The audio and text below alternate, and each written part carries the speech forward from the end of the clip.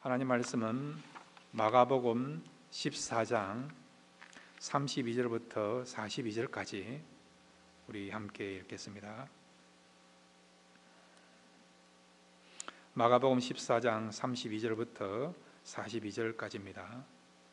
그들이 겟세마네라 하는 곳에 이르매 예수께서 제자들에게 이르시되 내가 기도할 동안에 너희는 여기 앉아 있으라 하시고 베드로와 야고보와 요한을 데리고 가실새 심히 놀라시며 슬퍼하사 말씀하시되 내 마음이 심히 고민하여 죽게 되었으니 너희는 여기 머물러 깨어 있으라 하시고 조금 나아가사 땅에 엎드려 될 수 있는 대로 이때가 자기에게서 지나가기를 구하여 이르시되 아빠 아버지여 아버지께는 모든 것이 가능하오니 이 잔을 내게서 옮기시옵소서.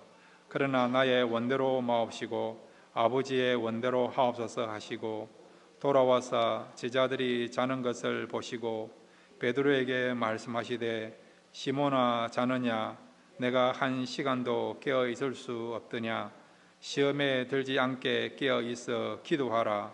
마음에는 원이로되 육신이 약하도다 하시고 다시 나아가 동일한 말씀으로 기도하시고 다시 오사 보신즉 그들이 자니 이는 그들의 눈이 심히 피곤함이라.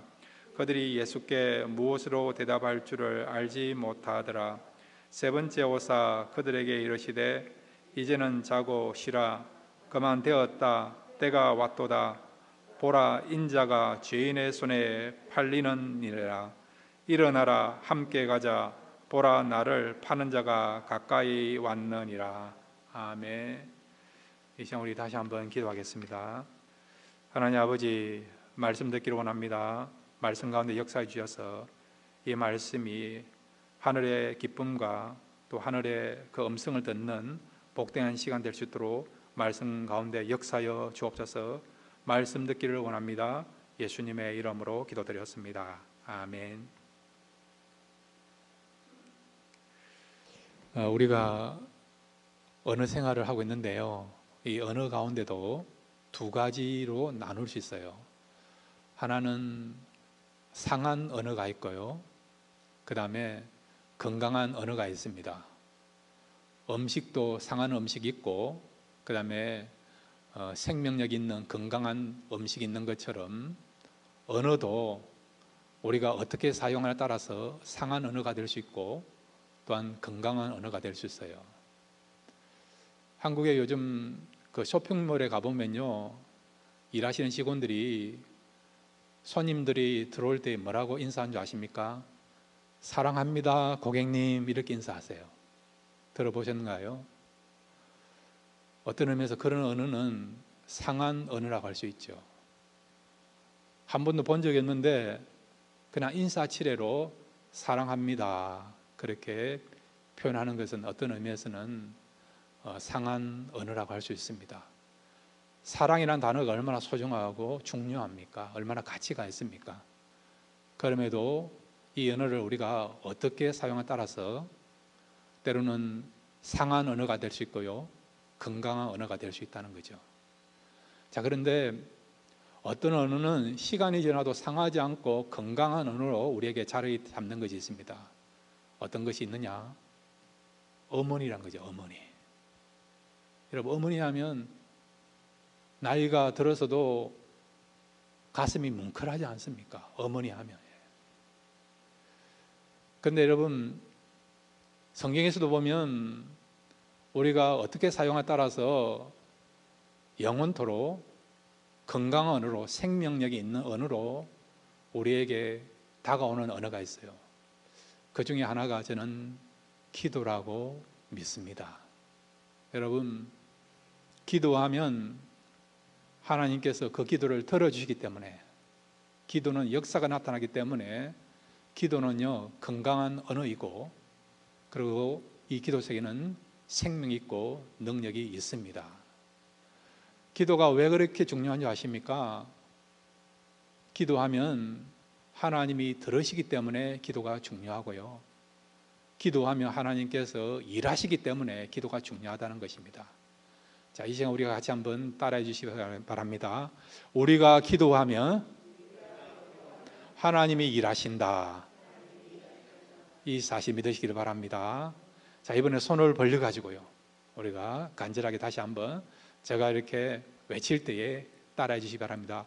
우리가 기도하면 하나님이 일하신다. 이 사실 믿으시기 바랍니다. 하나님은요, 때로는 우리가 요청하지 않아도 일하시는 경우 있지만은, 그러나 성경을 보면요, 진짜 중요한 일들, 또 대부분의 일들은요, 하나님 백성들이, 공동체가, 교회가 기도할 때에 하나님이 일하신 것을 많이 보게 됩니다. 사도행전 2장에 보면 오순절날에 성령이 임하지 않습니까? 그런데 여러분, 성령이 어떻게 임했습니까? 120명의 성도들이 한 마음이 되어서 열흘 동안 간절하게 기도했더니 성령이 임한 거 아닙니까? 얼마든지 기도하지 아니해도 성령이 임할 수 있음에도 불구하고 하나님 어떻게 역사하십니까? 성도들이 함께 모여서 간절하게 한 마음을 가지고 기도했더니 역사상 가장 강력한 성령의 역사가 나타나게 된 거예요. 사도행전 12장에 보면 베드로 감옥에 갇혔습니다. 다음 날이면 결국 죽음을 맛봐야 되는 그런 상황이 벌어질 수 있습니다. 이런 위기의식을 가지고 예루살렘 교회의 성도들이 함께 모여서 베드로가 구출되기를 바라는 마음 가지고 간절하게 기도했지 않습니까? 교회가 간절하게 기도했더니 그 결과로 말미암아 베드로가 하나님의 은혜로 말미암아 감옥에서 구출된 거 우리가 알고 있지 않습니까? 이렇게 여러분, 교회가 기도하고요, 성도가 기도하고 가족원들이 기도하면 하나님은 그 기도를 들어주셔서 일하신 줄로 믿습니다. 오늘 말씀은 예수님이 이제 십자가를 지시는 그 중대한 일을 앞두고 지금 베드로, 요한, 야고보만 데리고 겟세마네 동산에서 밤이 맞도록 기도하시는 내용이에요. 이 기도를 통해서 우리가 기도의 중요한 원리를 붙잡기를 원합니다. 그래서 오늘 말씀을 통해서 여러분의 기도의 지경이 넓어질 수 있는 귀한 시간 되시기를 바랍니다. 첫 번째로 여러분, 기도엔 중요한 원리가 있는데 우리 같이 따라해 주시기 바랍니다. 기도 요청을 할 수 있어야 한다. 예, 그렇습니다. 가족원들 가운데 믿는 사람이라고 한다면, 하나님을 아는 사람이라 한다면, 자녀들이 하더라도, 심지어는 어린아이라 하더라도 부모님들은요, 기도 요청하시길 바랍니다. 성도들도 마찬가지예요. 얼마든지 여러분, 우리가 기도 요청하는 것이 바른 자세이고요, 또한 오늘 주님의 모습을 통해서 이런 부분을 우리가 배울 수 있습니다. 자, 오늘 성경 우리 마가복음 14장 32절부터 34절까지 우리 함께 읽겠습니다. 시작. 그들이 겟세마네라는 곳에 이르매 예수께서 제자들에게 이르시되 내가 기도할 동안에 너희는 여기 앉아 있으라 하시고 베드로와 야고보와 요한을 데리고 가실새 심히 놀라시며 슬퍼하사 말씀하시되 내 마음이 심히 고민하여 죽게 되었으니 너희는 여기 머물러 깨어 있으라 하시고. 아멘. 예수님이 중요한 사역을 할 때는요, 제자들 가운데 3인방이라 할 수 있는 베드로, 요한, 야고보를 데려가셨어요. 지금도 예수님이 겟세마네 동산에 3명의 제자를 데리시고 그곳에 가서 기도하십니다. 기도할 때에 지금 주님께서 이 세 사람에게 뭐라고 말씀하십니까? 오늘 성경에 보시면 심히 놀라시며 슬퍼하사, 그 다음에 34절에 내 마음이 심히 고민하여 죽게 되었으니, 실제적으로 주님 마음이 그렇다는 거예요. 심히 고민하고 마음에 정말 어떤 큰 중압감 때문에 마치 죽음을 맛보는 같은 그런 마음을 가지고 지금 주님께서 기도하러 나오신 것입니다. 그러면서 뭐라고 말씀하십니까? 너희는 여기 머물러 깨어 있으라 하시고, 이 세 제자에게 이곳에 머물러 깨어 있으라는 거예요. 이 말은 그냥 머물러 있으라 그런 의미가 아니고 이 말 속에는요, 기도하라는 거예요. 자신을 위해서도 기도하지만은 나를 위해서라도 기도하라고, 기도해 달라고 지금 기도 요청을 하고 계시는 것입니다. 자, 여러분, 예수님의 제자들이 어떤 사람들입니까? 믿음이 있습니까? 없습니까? 믿음이 부족한 사람들 아닙니까? 예수님은 조금 있으면 십자가에 달리시는 대사명을 앞두고 있는 그런 상황입니다. 그런데 예수님의 제자들은 그것도 모르고요, 자기들만 생각하지 않습니까? 마지막 유월절 만찬 자리에서도요, 예수님이 왕이 되시면 누가 가장 높은 자리에 올라갈 것인가, 자리 다툼을 했던 지극히 세속주의적이고 인간적인 그런 야심을 갖고 있는 사람들이 예수님의 제자들 아닙니까? 우리가 생각할 때 예수님의 제자들 하면 믿음이 없는 사람이에요. 그런 사람들한테 주님이 지금 기도 요청을 하고 있다, 우리 생각으로는 좀 이해가지 않는 부분이라 할 수 있습니다. 그럼에도 불구하고 주님은 왜 이런 제자들에게 기도 요청을 했을까요? 그것은 그래도 예수님에 대해서 잘 알고 있는 사람들이 누굽니까? 제자들 아닙니까?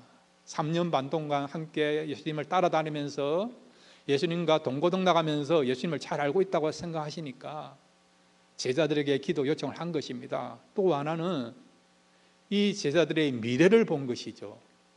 지금 믿음 없어요, 부족해요, 연약해요. 그렇지만 앞으로 이 제자들이 사도가 되고 복음을 전하고 하나님의 사명을 감당할 그 사람으로 주님은 알고 계시기 때문에 그들의 미래를 보고 지금 기도 요청하는 것입니다. 그리고 지금 예수님의 제자들이 이제 성령 받고 사역자로 일을 할 때에 그들 역시도 주님이 기도 요청을 한 것처럼 주님의 삶을 본받아서 양떼들에게, 성도들에게 기도 요청하는 것이 중요하다는 것을 가르치도록 하게 하여 그런 교육적인 차원으로 주님께서는 제자들에게 지금 기도 요청을 하고 있는 것입니다. 사랑하는 성도 여러분, 주님의 마음이 그렇고 주님의 중심이 그렇다고 한다면 저와 여러분도 성도들과 그리고 또한 여러분의 가족원들에게 기도 요청하기를 바랍니다. 우리가 기도 요청을 하려고 할 때에 걸리는 것이 참 많아요. 저 사람 아직도 영적으로 어린데, 어떤 경우는 내가 이 기도 내용을 알려주면, 제목을 알려주면 나의 비밀이 탄로나지 않을까, 비밀 보장 때문에 기도 요청을 못하는 경우도 참 많아요. 그런 마음을 갖다 보면요, 기도 요청을 하지 못하는 경우가 참 대반사입니다. 여러분, 이런 거 신경 쓰지 마시고요, 그분이 하나님의 사람이고 하나님을 알고 있고 그렇다고 한다면 기도 요청을 하시기를 바랍니다. 하나님께서는요, 기도하는 자를 사랑하시고 기도하면 반드시 응답되는 역사를 우리에게 허락해 줄 줄로 믿습니다. 주님처럼 기도 요청할 수 있는 저와 여러분 되시기를 바랍니다.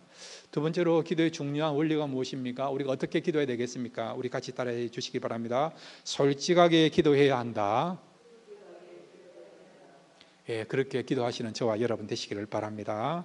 자, 오늘 성경 34절부터 36절까지 예수님은 기도하실 때에 얼마나 솔직하게 기도하시는가, 그것을 우리가 같이 한번 생각해 보기를 원합니다. 34절부터 36절까지입니다. 시작. 말씀하시되 내 마음이 심히 고민하여 죽게 되었으니 너희는 여기 머물러 깨어 있으라 하시고 조금 나아가사 땅에 엎드려 댈 수 있는 대로 이때가 자기에게 지나가기를 구하여 이르시되 아빠 아버지여, 아버지께는 모든 것이 가능하오니 이 잔을 내게서 옮기시옵소서. 그러나 나의 원대로 마시옵고 아버지의 원대로 하옵소서 하시고. 아멘. 주님이 지금요, 제자들에게도 심히 내가 죽게 되었다, 그렇게 속마음을 그렇게 표현하시고, 그뿐만 아니라 하나님 앞에도 마찬가지예요. 하나님 앞에서도 지금 이 상황이 지나가면 좋겠다, 지나가면 좋겠다, 솔직한 마음을 표현하고 계세요.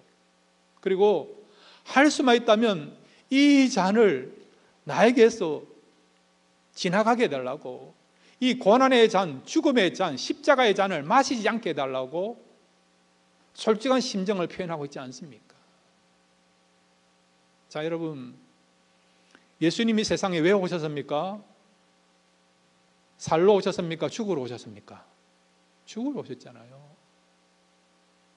예수님이 세상에 오실 때에 이미 십자가에 죽으실 것을 알고 계십니다. 그런데도 주님은 왜 이렇게 죽음에 대한 그런 어떤 의미에서는 두려움을 갖고 계신다고 생각할 수 있습니까? 고난의 잔을 마시는 것을 힘들어 하십니까?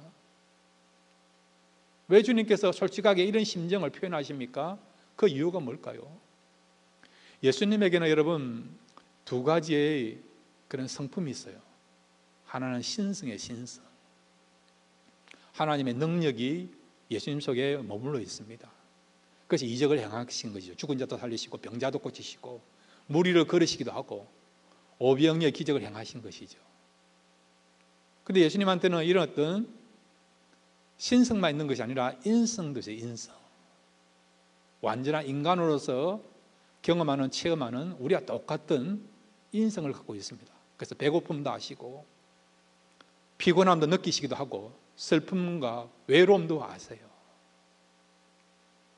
그러니까 지금 예수님은요, 신성을 가지고 십자가를 지는 것이 아니고 우리가 똑같이 연약한 인성을 가지고 십자가를 지어야 되는 거예요, 여러분. 그러니까 이 고난의 잔, 또 죽음의 길로 나간다는 것이 쉬운 일이 아니라는 것이죠. 굉장한 그런 중압감을 느끼는 상황이라는 것이죠. 그래서 주님이 내가 심히 죽게 되었다, 슬프다, 힘들다, 만약에 할 수만 있다면 이 고난의 잔을 마시지 않고 지나갔으면 좋겠다라고 표현하는 거죠. 얼마든 제자들 앞에서도요, 넉넉한 모습으로, 당당한 모습으로서, 여유 있는 모습으로서 그렇게 기도할 수 있고 그렇게 표현할 수 있음에도 불구하고 주님은 그렇게 아니했던 거예요. 사람들 앞에서도 심히 내가 괴롭다라고 표현하신 거고, 하나님 앞에서도 아버지여, 만약에 할 수만 있다면 이 고난의 잔을 마시지 않고 좀 지나갔으면 좋겠다라고 표현하고 있는 거예요. 여러분, 기도할 때요, 미사오고도 필요하지만은 솔직하게 기도할 때 하나님은 우리의 그 솔직한 심정, 그 기도 내용을 들으시고 응답해 줄 줄로 믿습니다. 자, 여러분, 믿음의 사람 다윗을 한번 볼까요? 다윗은 어떻게 기도했는가? 시편, 우리가 13편 1절과 2절을 우리 같이 한번 읽겠습니다. 13편, 시편 13편 1절과 2절입니다. 시작. 여호와여, 어느 때까지니까 나를 영원히 잊으시나이까? 주의 얼굴을 나에게서 어느 때까지 숨기시겠나이까? 나의 영혼이 번민하고 종일토록 마음에 근심하기를 어느 때까지 하오며 내 원수가 나를 치며 자긍하기를 어느 때까지 하리까? 예, 아멘. 이게 다윗의 시예요. 다윗은 하나님을 경험한 사람 아닙니까? 하나님부터 큰 사랑을 받은 사람 아닙니까? 그런데도요, 원수에게 쫓겨서 생활하는 그 모습이 너무 힘드니까, 고달프니까, 여러분, 도망자 인생이 얼마나 피곤합니까? 얼마나 어떤 스트레스를 받습니까? 자기를 죽이려고 하는 사람들, 자기를 미워하는 사람들, 그런 사람들 생각하니까요, 막 속에서 화가 올라오는 거죠. 내가 잘못한 것도 없는데도 불구하고 그냥 나를 미워하는 거죠. 그래서 그런 모든 감정을 가지고 다윗은 하나님 앞에 나가서 기도하지 않습니까? 하나님 정말 살아계십니까? 혹시 주무신 것은 아닙니까? 왜 내가 이런 어려움을 당해야 됩니까? 왜 이런 어떤 고통을 받아야 됩니까? 정말 하나님이 살아계시고 역사하시면 나를 도와달라고, 하나님이 살아계신 것을 알면서도 너무 힘드니까 있는 그 감정을 그대로 표현한 것이지. 하나님은 때로는요, 우리가 있는 모습 그대로 나와서 기도하기를 원합니다. 여러분, 마음에 외로우면 외롭다고 고백하세요. 슬프면 슬프다고 고백하세요. 답답하면 답답하다고 고백하세요. 힘들면 힘들다고 고백하세요. 상처받은 심정이 있으면 그대로 표현하세요.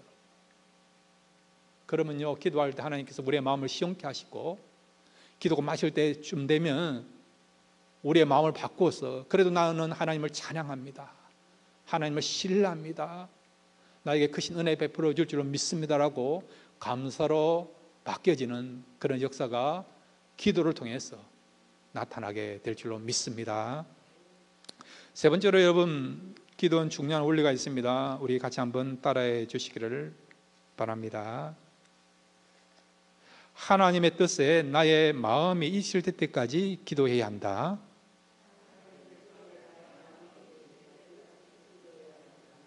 예, 그렇습니다.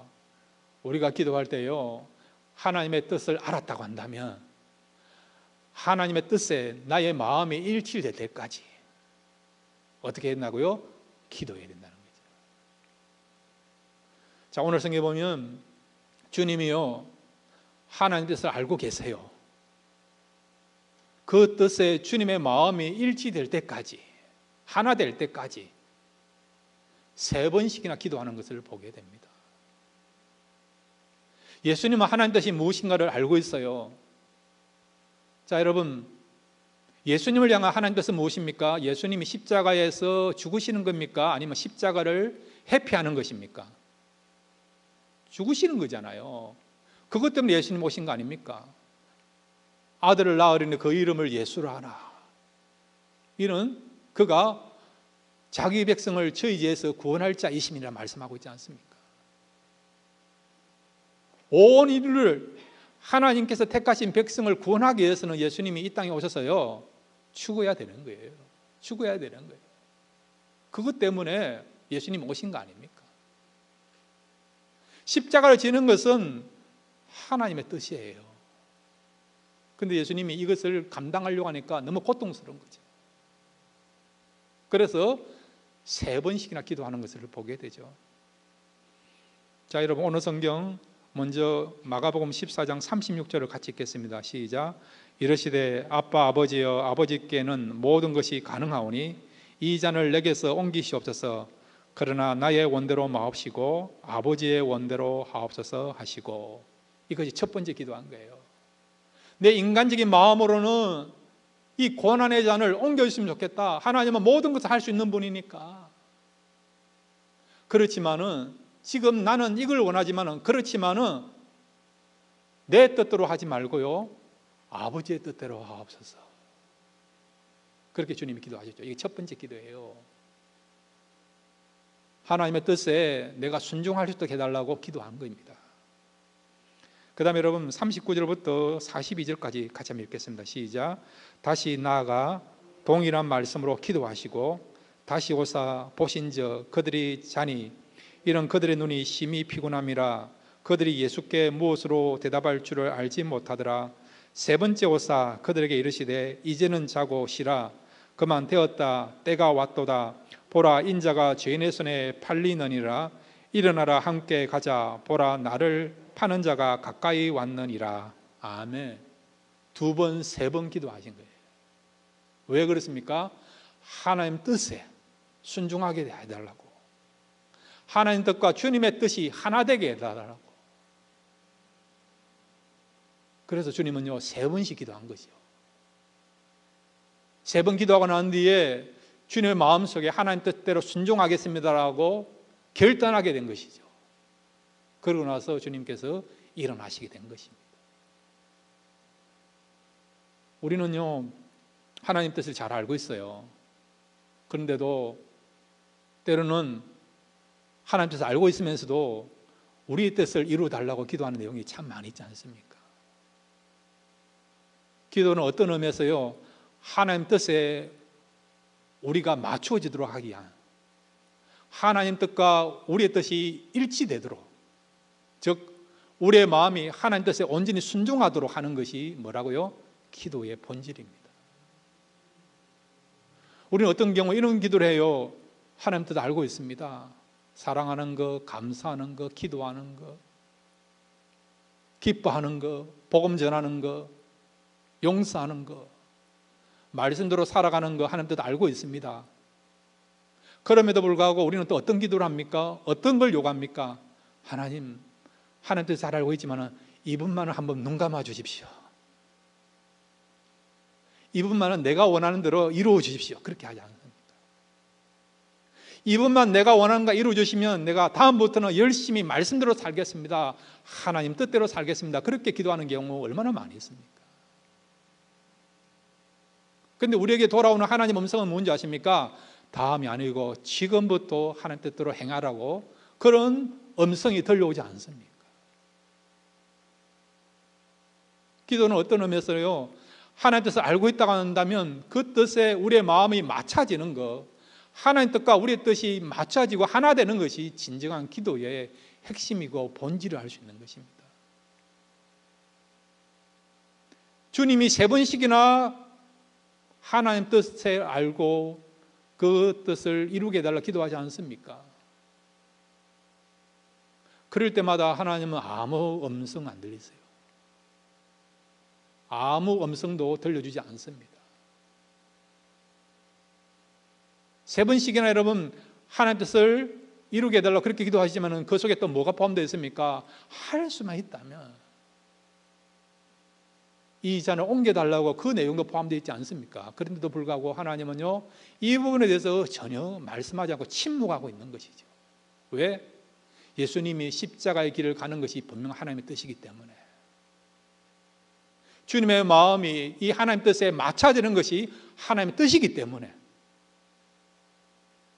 예수님이 기도하실 때마다 하나님은 아무 말씀도 하지 않고 침묵하고 있다는 겁니다. 저와 여러분도 마찬가지예요. 어떤 경우는 성령을 통해서 말씀하세요. 깨닫게 하세요. 사람들 통해서도 메시지를 우리에게 전달하십니다. 그런데 어떤 경우는요, 침묵하세요. 왜? 하나님의 뜻을 우리가 알고 있기 때문에. 하나님 원하신 것은 우리가 하나님의 뜻을 알고 있다고 한다면 어떻게 해요? 그 뜻에 맞춰지도록 하기 위하여, 하나님 뜻과 우리의 뜻이 일치되도록 하기 위해서 하나님은 때로는 분명하게 말씀하시고 음성으로 들려주시고 그렇게 할 수도 있지만은 침묵하시는 것입니다. 그러므로 여러분, 하나님 뜻을 알았다고 한다면 그 하나님 뜻에 맞추어서 하나님 뜻대로 살아갈 수 있는 저와 여러분 되시기를 바랍니다. 자, 그러면 여러분, 우리가 구체적으로 어떻게 하면 하나님 뜻을 알 수 있을까요? 시편 40편 8절에 오면 다윗은 하나님 뜻을 알고 그 뜻을 행하는 것을 즐겨했다라고 말씀하고 있습니다. 시편 40편 8절 말씀 우리 함께 읽겠습니다. 시작. 나의 하나님이여, 내가 주의 뜻 행하기를 즐기오니 주의 법이 나의 심중에 있나이다 하였나이다. 아멘. 다윗은요, 고백하기로 주의 뜻 행하기를 즐겨했다는 거예요. 즐겨 행했다는 것은 하나님 뜻이 뭔가를 알고 있다는 거죠. 하나님 뜻을 알고 있으니까 그 뜻대로 사는 것을 그가 기뻐하면서, 그리고 또한 그가 능동적으로 행했다는 것을 알 수 있죠. 그러면 그는 어떻게 하나님 뜻을 알 수 있었느냐? 여기 보시면 주의 법이 나의 심중에 있나이다 하였나이다. 아멘. 주의 법이 무엇입니까? 하나님 말씀이라는 거죠. 말씀을 듣고 말씀을 가까이 하니까 말씀을 통해서요, 하나님의 뜻이 뭔가를 알게 되고 하나님 뜻을 붙잡고 그가 즐거워하면서 적극적으로 행하는 삶을 살았다는 것이죠. 저와 여러분도 하나님의 말씀을 우리가 가까이 하고 듣고 묵상하시고 사모하시면 이 말씀을 통해서 하나님의 뜻을 분명하게 알게 될 줄로 믿습니다. 그러므로 말미암아 이제 하나님 뜻대로 행하면 저와 여러분도 더욱더 하나님을 기쁘시게 하고 또 하나님 안에서 더욱더 축복 누리며 살아가는 그런 삶을 살게 될 줄로 믿습니다. 이런 중심을 가지고 기도할 수 있는 저와 여러분 되시기를 바랍니다. 이제 마지막 4번째로 기도의 중요한 원리가 있습니다. 우리 같이 따라해 주시기 바랍니다. 기회가 있을 때에 기도해야 한다. 예, 이렇게 기도할 수 있는 저와 여러분 되시기를 바랍니다. 자, 오늘 성경 37절을 우리 같이 한번 읽겠습니다. 37절입니다. 시작. 돌아와사 제자들이 자는 것을 보시고 베드로에게 말씀하시되 시몬아 자느냐, 내가 1시간도 깨어 있을 수 없더냐. 40절에서 41절입니다. 함께 읽겠습니다. 시작. 다시 오사 보신저 그들이 자니 이는 그들의 눈이 심히 피곤함이나 그들이 예수께 무엇으로 대답할 줄을 알지 못하더라. 3번째 오사 그들에게 이르시되 이제는 자고 쉬라. 그만 되었다. 때가 왔도다. 보라, 인자가 죄인의 손에 팔리느니라. 아멘. 주님은 3번씩이나 간절하게 기도했어요. 누가복음 보니까 이 땀이 피가 될 정도로 그렇게 간절하게 열정적으로 생명을 걸며 기도했습니다. 반면에 제자들은 어떻습니까? 1시간도 기도하지 못하고요. 예수님은 깨어있으라고 그렇게 말씀하시고 기도하라고 말씀하심에도 불구하고 그런 것들을 무시하고요. 마음은 원하지만 육신이 연약하여 하면서 졸고 있고 자고 있고 깨어있지 못하고 기도하지 못하는 그런 연약한 모습을 제자들에게 볼 수 있죠. 세 번째 주님께서 기도하고 난 뒤에 뭐라고 말씀하십니까? 이제 다 되었다, 쉬어라, 일어나 가자라고 말씀하지 않습니까? 이 말씀은요, 너희들이 기도할 수 있는 절호의 기회가 있음에도 불구하고 그 기회를 놓쳤다는 거예요. 이제는 일어날 수밖에 없다는 것입니다. 그 결과가 어떤 결과가 나타났습니까? 베드로가 어떻게 되었습니까? 예수님을 3번씩이나 모른다고 부인하지 않았습니까? 영적으로 패배자가 된 것이죠. 다른 제자도 마찬가지예요. 만약에 주님 말씀을 듣고 깨어서 기도했다면 그들은요, 끝까지 믿음을 지키는 아름다운 삶을 살아가는 그런 믿음의 사람이 됐을 것입니다. 베드로도 얼마든지 신앙을 지키는, 나는 예수님을 사랑한다라고, 나는 예수님을 믿는다라고, 내가 예수님의 제자라고 진실을 고백하는 그런 삶을 살았을 것이란 거죠. 그런데도 베드로는 주님의 기도하라고 깨어있으라고 그렇게 말씀하심에도 불구하고 그 주님의 말씀을 무시하고 깨어있어서 기도하지 아니함으로 말미암아 결국 안타깝고 연약한 자리에 빠지게 된 것입니다. 여러분, 기도하는 것도 여러분 시간이 있습니다. 기회가 주어질 때 우리가 할 수 있는 것이 기도예요. 이런 기회를 놓치게 되면요, 기도하고 싶어도 기도 못하는 경우 참 많습니다.